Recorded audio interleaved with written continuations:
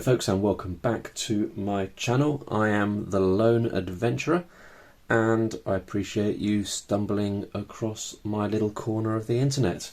Now today I'm very excited to be having a go at doing my first solo playthrough of Paupers Ladder, which is a game from a British game designer called Paul Stapleton. I'm going to be using the solo rules from the Moon Towers expansion. So I'm using hardly anything from this box. This box, by the way, if you like the look of this game and you decide to buy it, make sure you buy this, because it's just, you can see that it's not a big box and it's just got a bonkers amount of stuff in it. It's got 400 new cards. Now, the cards in this game are these little square cards. They're like yay big, but still 400 cards for not much money in a little box like that.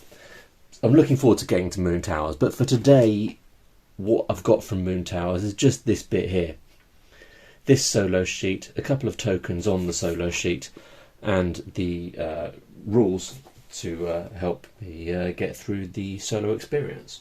So I think this has allowed me to discover what the maximum capacity using my current fairly lo-fi tech setup is for my gaming videos. This is it. This is pretty much what I can fit in a video without starting to think about additional cameras and camera angles and things. And I'm just not sure I'm ready for that sort of commitment. The edge of my table is here. The other edge of my table is just over here. So Paupers Ladder fits in an absolute treat. I'm not going to do a rules overview. It is, whilst it's not the simplest game in the world, it's very intuitive and it's not hard. I think we will quite easily explain the game as we're going on. So I'll just point out what we've got here, what the aim of the game is, and introduce our pauper that we're playing with, and also, you know, what the game is all about. So I think I'll quickly read you a little flavourful introduction to the world of Paupers Ladder that'll give you a sense of what exactly it is we're going to be doing. Brighthelm Scraggart, beloved ruler of the people, has died. Despite an upbringing of real hardship, she rose to the highest rank in the royal court and did what she could to make sure the poorest in Brighthelm were never forgotten. She died too young, her work half done. A tournament has been announced to find her successor. Brave knights have travelled down royal highways, bold paladins have knocked on royal doors. So too have bards, lords and heroes, all looking to take over Scraggart's reign and rule the realm to their desires. And every one of them has been sent back to whence they came, because Brighthelm herself had devised the tournament.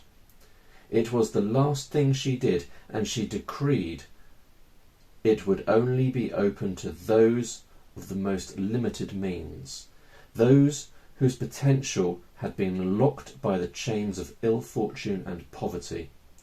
Brighthelm's paupers. She had spent her whole life building their ladder, and no one was going to kick it away.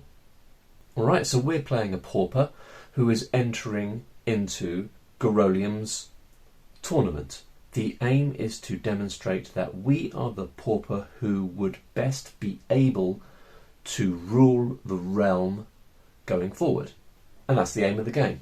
So the way that we can demonstrate that we are the best person, the best pauper to rule the realm, is to complete 3 of 5 possible targets. And these targets are called virtues, and they're tracked over here. This is our character card. These are our coins. We've got 3 at the moment. You start with 5, but you have the choice of spending some of them before you start. We'll talk about that in a sec. First virtue is the virtue of generosity. And in order to earn that virtue, we will need to discard 40 gems, got 3 at the moment. So that's the first one. We've got a little tracker here, so when we achieve our first virtue, we'll pop that there, and then 2 virtues, and then 3 virtues, and move 1. So the first virtue is generosity. The second virtue is the virtue of knowledge, and that requires collecting ingredients and learning recipes using those ingredients. Then we've got the virtue of bravery, which requires us to defeat monsters. Then there's the virtue of magnificence, which requires you to defeat a dragon, which is not easy. And finally, the virtue of fellowship requires us to complete 3 quests. So those are our objectives. We're starting over here in Blue Vale. Being Alf Blomwell, we always start in Blue Vale.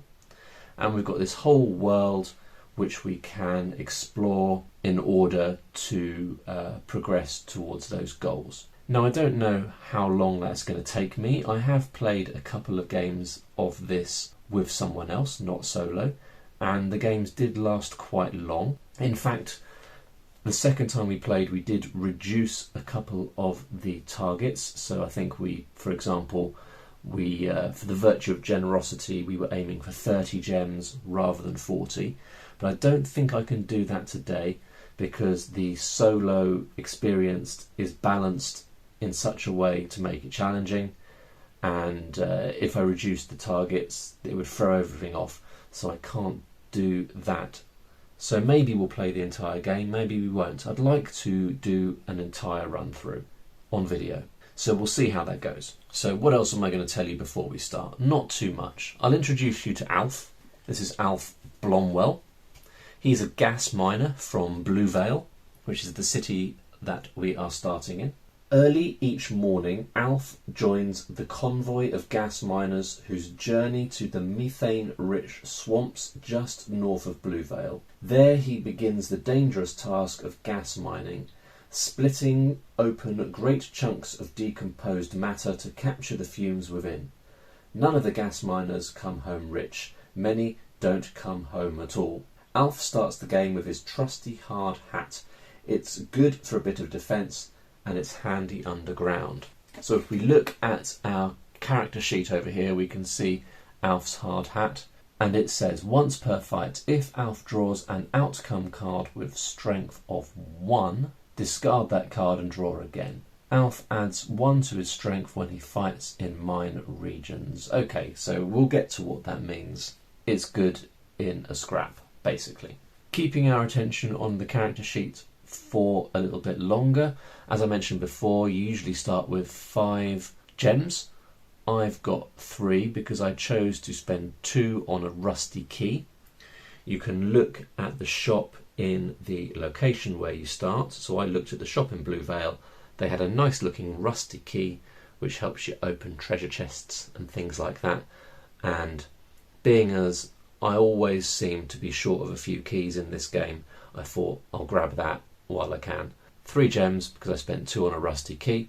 And we can also see that we've got a magpie. Every pauper is accompanied by their trusty bird, and there's 4 in the base game to choose from.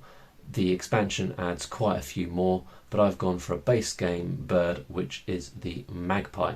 During the game, you basically have 2 characters you're moving around the board. We've got our pauper and we've got our magpie, and they can do slightly different things, but essentially what you've got is 2 characters going out and doing stuff for you. The magpie can be trained by spending 4 gems. When we do that, we flip it over and our magpie gains an additional ability. So that's pretty cool.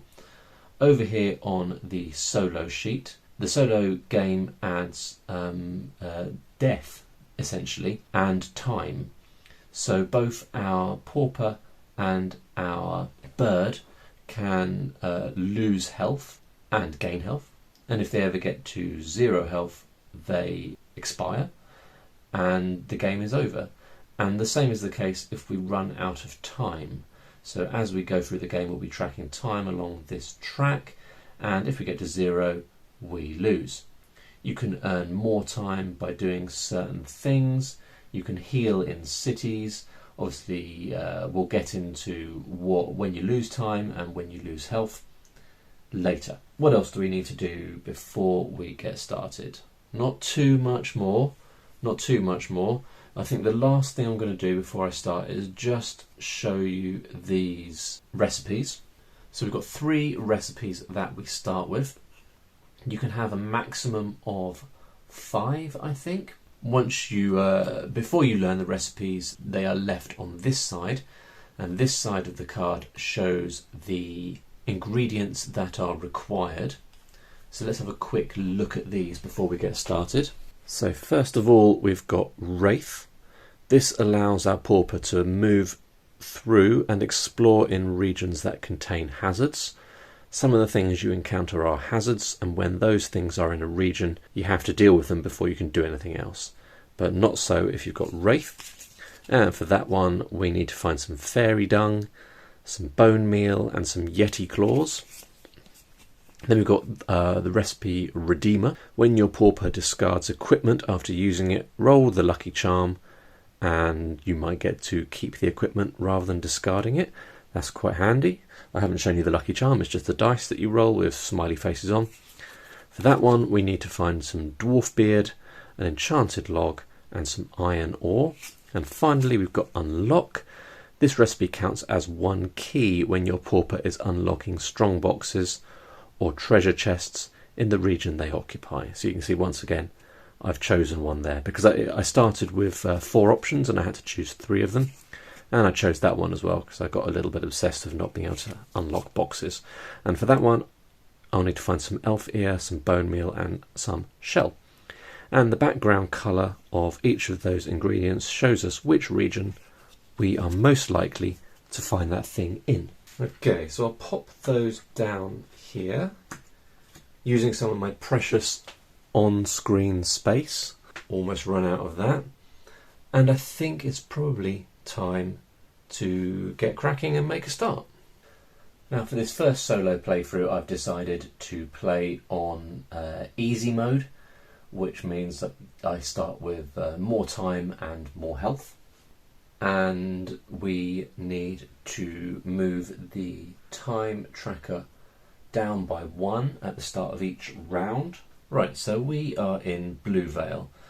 While we're in Blue Vale, let's just take a moment to have a look at the quest that is located there. Each of the cities, there's 4 cities, each one has a quest associated with it. The seaside village of Baileytown is under attack from lizard men. In a beach region containing Baileytown, roll the lucky charm 3 times, roll 1 smiley to succeed, and we get 4 gems for doing that. The 1 here means that I'm going to have to discard a hazard card that I've previously defeated or an equipment card in order to complete this, and this one means I'm going to have to roll the dice. So that's the quest. I mean, obviously we don't have Baileytown in play yet. When we go to these regions, we'll be revealing cards, and we would have to go to a beach region and reveal Baileytown. And this is something that I do find a bit problematic with the quests sometimes. So the beach, for example, has a fairly chunky deck of exploration cards, and only one of these cards is Baileytown, and it could be the one right on the bottom for all we know. But the solo game does come with mechanics for cycling through the cards that are on the table, so you can sort of push forward or get rid of quests, I guess. Can you get rid of quests? I'm not entirely sure, we'll find out later. Alright, so shall we just get cracking? Let's move our miner up into the mountains. And when we move into the mountains, we'll draw a card from the mountain deck. So we've got decks for all the different locations, just off screen up there. Some excellent luck straight off the bat. We've got some dwarf beard, which we need to work towards our Redeemer recipe. And because we need that for one of the recipes that we're working on, we can take it. If we don't need it, we can't take it. So I'm going to pop that underneath my card, my recipe card there. And that's a nice little start to the game. Once we've moved our pauper, we can move our bird. I'm going to go ahead and move my bird over into the forest, my magpie, and we've discovered a pest. So this is a hazard, and we need to encounter that hazard. Process for fighting is as follows. We're going to draw a card from the outcome deck. Let's just do it. 2. And our pest has got a strength of 4, so 2 just isn't going to cut it. Now there are a couple of different ways you can boost this. You can spend gems, roll the dice in order to get a boost. You can also use allies, which sometimes appear on these cards, and if it's the pauper doing fighting, they can use equipment, which the birds cannot. But in my experience, rolling the dice is always a bit hit and miss. And this dice has got 3 sides that are 0, 2 sides that will add a 1 to the fight, and only 1 side that would add 2. So I'd only have a 1 in 6 chance of increasing my score from 2. So that's pretty lame, because not only do we fail to fight the pest, this region then can no longer be explored unless we defeat that pest. And I think actually as well, because my bird failed in an encounter with a hazard, it's going to lose 1 life as well. So all in all, pretty rubbish for the bird, for the magpie. But never mind, let's push on and have another go, another round. So we're going to move the timer down by 1. And am I going to move, or are we going to stay in the same location? Let's just move, why not? Okay, so our pauper's going to move up into this swamp region and has found some ectoplasm. We don't need ectoplasm right now for any of our ingredients, so it is going to sit here in the swamp until such time that we do need it. Birdie is going to move up into the mountains. Obviously he needs to get away from the pest. If you move into a location with a hazard, you need to encounter it. If you are in a location, you can still move away. So my bird's going to move away to the mountains and has found a strong box. If your pauper is carrying a key, they can unlock it. Collect 4 gems. Alright, so that's going to stay in the region until such time that our pauper comes along and unlocks it. And that's the end of the round. Ooh, okay. So I can see your sand timer runs out moderately quickly. So let's just quickly review the ways that we can increase the timer. We can increase the timer by defeating a hazard. So had we have defeated that pest, we would have increased the timer by 1. We can do so by completing a quest, by learning a recipe, and by learning a virtue. Or I can spend 3 gems to move the timer up by 1. So our pauper has had a go, our bird has had a go, so we're going to move on to another round. Let's start with the... Actually, do you know what? I'm always going to start with the pauper, otherwise I'm going to start to get confused. So unless I have to start with the bird for some reason, I'm going to start with the pauper. I think I'm going to move the pauper back here. I will use my rusty key. Now the rusty key says your pauper can use 1 key to open a strong box or 2 keys to open a treasure chest. Okay, cool. So this is a strong box, so I can use 1 key to open it. I need to roll the lucky charm dice, and if I get the sad face, the key breaks and I have to discard it. Smiley face. Alright, so my key doesn't break. The pauper opens the strong box and collects 4 gems. Alrighty. Now our bird needs to move. And where's he going to go? Not down into the forest, obviously. not over into the town, so I guess he's going to go up into the swamp. Now a bird can only move one region per round. Our pauper can move one region for free and then can spend gems in order to skip ahead further. And notice when I'm moving between regions, you're moving from one region as a whole. So you've got this region here is made up of 2 card spaces. This region is made up of 3 card spaces. So moving to there is moving to a region. It doesn't matter where in that location he is or is going to. So in that location, he could collect the ectoplasm, but he's not going to do that because we don't need ectoplasm. So he's going to have a new encounter, and it's some glow dust, which we also do not need. Alright, and that's the end of the round. And really I need to start defeating hazards or learning recipes. Otherwise this game is going to be very short. New round. So let's start by moving our pauper, Alf, up into the forest. Have a forest encounter, and it is a pest. So exactly the same as the one that our magpie encountered. We're going to turn over an outcome card and hope that it is a 4, or at least very close to a 4. And it's another 2. That's quite disappointing. Once again, I don't really see the point in spending a gem when there's just a 1 in 6 chance of being successful. So I guess I'm just going to lose. And he's going to go down by 1 health. Let's move the bird over into the mines. And it's another pest. It's an even worse one. This has got strength 5.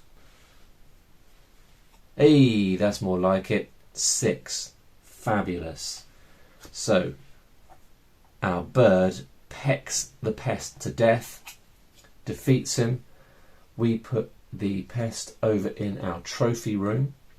And remember, this 5 can count towards a strength total of 40, which will allow us to learn the virtue of bravery. But that's great. Every time you defeat a hazard, we increase the time track by 1. So that's nice as well. Good job, magpie. New round. I think we'll make this the last round of this first video. So we're going to decrease the time tracker. Shall we have our pauper fight that pest again? I mean, we've been quite unlucky. Should we fight the pest? We'll come back when I've got a weapon or 2. Let's go down into the mountains just for one encounter and see what happens in the mountains. Oh, we've encountered a bandit. Alright, so the bandit is a humanoid encounter. If I defeat him, I get 2 gems and I get an equipment. However, if we fail to defeat him, we lose 1 equipment. So the stakes are a little bit higher and the gains are a little bit more appealing. So we're going to turn over our outcome card and hope for the best. 1. However, this text down here doesn't apply in this particular situation, but remember we've got Alf's hard hat. Once per fight, if Alf draws an outcome card with a strength of 1, discard that card and draw again. So that is fabulous news. We get to have another chance, and it's a 5. Fantastic. So the bandit is defeated. We get to pop him over here. We get to increase the time tracker by 1. We get 2 gems. And we get a random equipment from the equipment deck, which is just over here. So let's have a look at what we're going to get. A holy potion. When your pauper encounters an undead hazard, discard this to defeat it without fighting. Handy thing to have. Alright, so that was our pauper.